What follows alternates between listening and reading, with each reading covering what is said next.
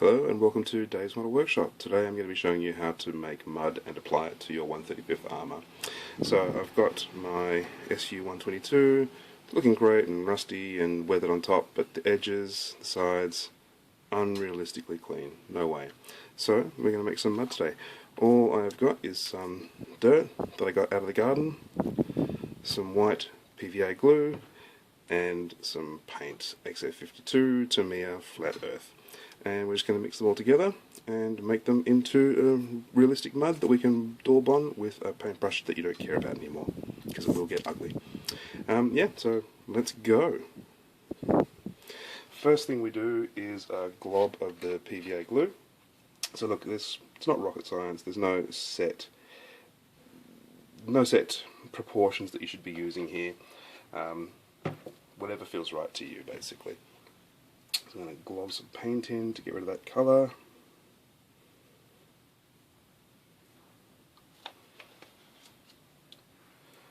And then a bit of the dirt.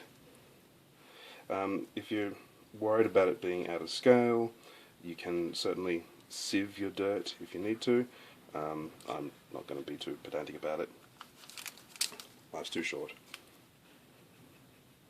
You mix it together and just check on that colouring. So yeah, it's looking okay. The white glue will dry clear, obviously, but we might need a little more time. After quite a dried mud effect here today, the diorama that this is going to be a part of is an abandoned tank, so I want the mud to not feel fresh. So it's still a bit too gloopy, a bit too liquid, so I'm just going to add some more dirt in. So as I said, it's not been filtered. You can see there's a great big chunk of something in there. And that dirt gives you a realistic dirt texture. So yeah, that looks pretty good. Let's start glooping it on. And you just want to be random here. You want to be haphazard, not too planned, as you can see there. Don't forget up underneath fenders, and just goop it on in there. Yeah. Looking good.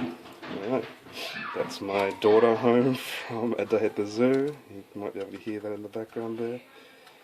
And yeah, that's feeling pretty good to me. I'll just hold that without my arm in the way. So yeah, as you can see, we get a fairly realistic tone. Come on, let's get some focus here. Focus, that's better. And once that dries, I think we'll have a realistic tone of mud. Anyway, we'll come back soon. And this is the other side done. So, lots of texture, nice and gloopy. That dirt gives you good lumpiness. And you know what? It's cheap as chips. Seriously, that is a really cheap way of doing things. Alright, so we'll come back to this later on, once it's dried, and have a bit of a look at it. And here's the end result. So, lots of texture in there. To make the colour a bit more realistic, you know, get a bit of colour modulation, it's also good to just sprinkle some dirt onto it from your dirt pile. That way you'll get that more realistic colour modulation. Sorry about all the noise in the background, my god, children.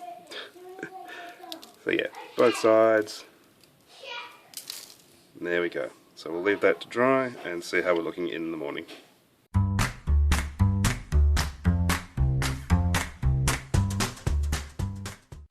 And here is the final result.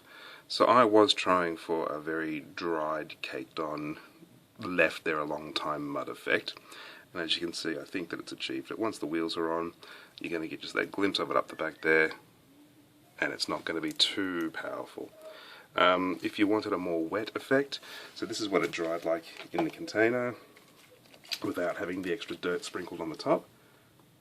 And it's pretty plausible as a mud effect to me. I think that's pretty good as a medium, not too wet, not too dry mud.